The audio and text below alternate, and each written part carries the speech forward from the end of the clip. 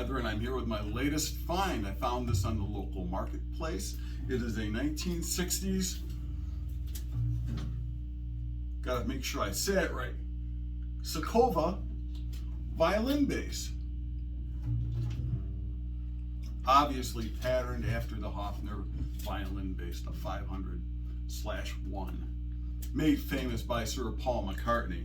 Now, back in the mid-60s, you could virtually walk into almost any department store in this country, or Sears or Montgomery Ward, and order through catalog electric guitars, including basses like this. Even J.C. Penney, I remember looking through the catalogs, and what I really thought was cool, I always thought Hofners were cool, and quite honestly, I didn't know the difference between a Japanese knockoff and a real Hofner when I was a kid. That would come later. But what I really dug was these red burst violin basses I would see in the catalogs, like J.C. Penney and Sears. Now, I call these department store basses. That's just a generic term I use for Japanese imports in the 60s. And they'd show up everywhere. Western Auto sold guitars in the 60s. Everybody sold guitars. I have a friend whose family owned a very old-fashioned general store in the 60s down in some small town. I've forgotten where, but they even sold Kalamazoo guitars, which were like Gibson. So along with your seed and your fabric and God knows what else, you could buy an electric guitar. So this bass is really a classic example of what was available at the time. The gentleman I purchased it from, it was his first bass. I don't think he ever really took bass too far, but it was in his possession for a long time. I'm not sure if he was the original owner or not. But when I got the bass, it was unplayable. The action was, probably a ½ inch off the fingerboard, and the electronics weren't functioning properly.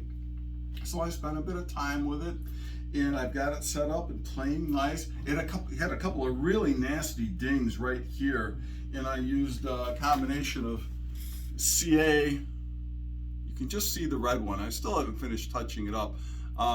Medium viscosity CA to fill those, and I pigmented them with some aniline dyes that I have. So the repair came out really good. I just have to do the final touch-up. But the bass plays and sounds remarkably good. The original shim was like almost a ½ inch of hard cork, if you can believe that, for the neck. So I re-shimmed the bass with hardwood. So now, as you can see, the action is nice and low. And it plays and sounds like a violin bass you'd think it'd sound,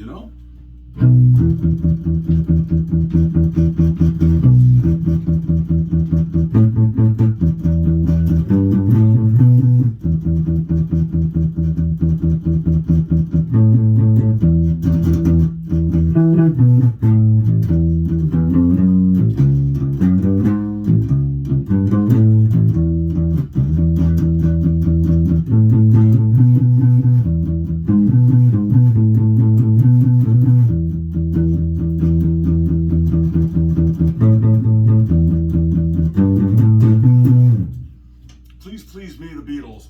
Perfect thing to play on this. So I just wanted to make a quick short video, show this to you guys. Really cool. I love the turned aluminum knobs on this. Really cool. And so there you have it. Beautiful rosewood fingerboard too. Just, I don't know if you can see it on here, but the rosewood on this is absolutely stunning.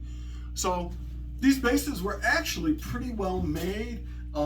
Their probably biggest downfall are the electronics. The switches tend to wear out quickly. They're very cheap.